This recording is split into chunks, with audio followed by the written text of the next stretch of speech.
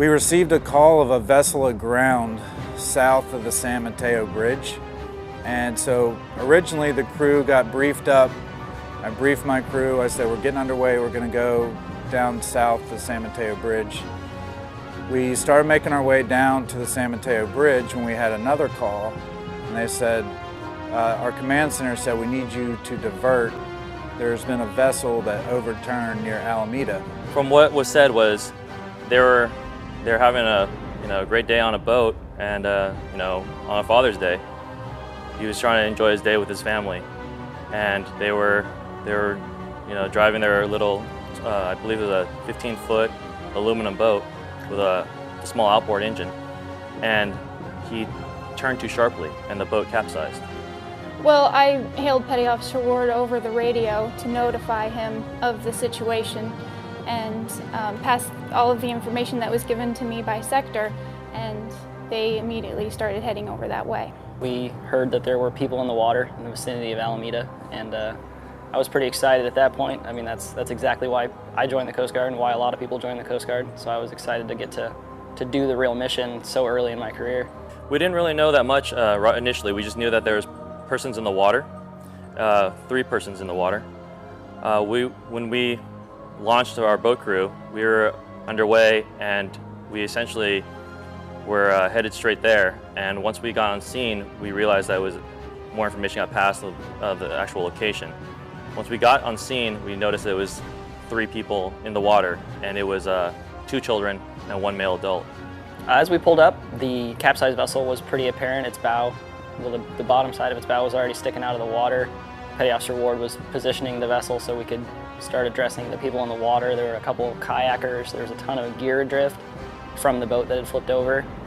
The 2 children were clinging to the kayaks. The people with the kayaks had sort of flagged us down when we were close to the area, and their father was hanging onto a cooler that was floating. So from there we just, grab the children first. That's always my primary goal, is if there's children, you want to make sure they're safe first. Their body temperature sometimes drops a lot faster than the adults.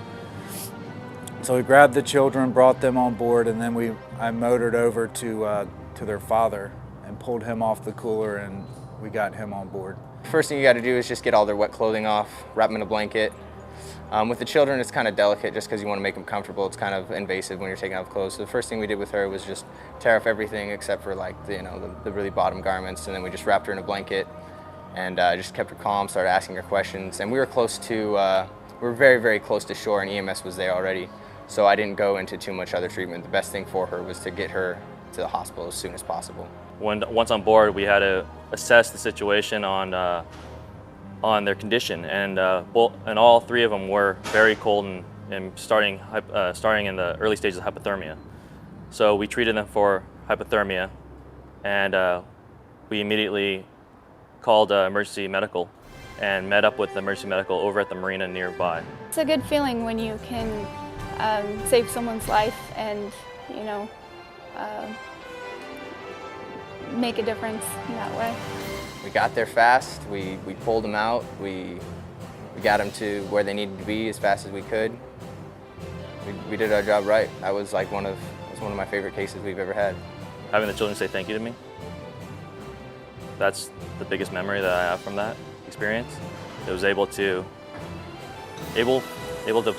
help them when in time of need, and they both looked at me and they both said thank you.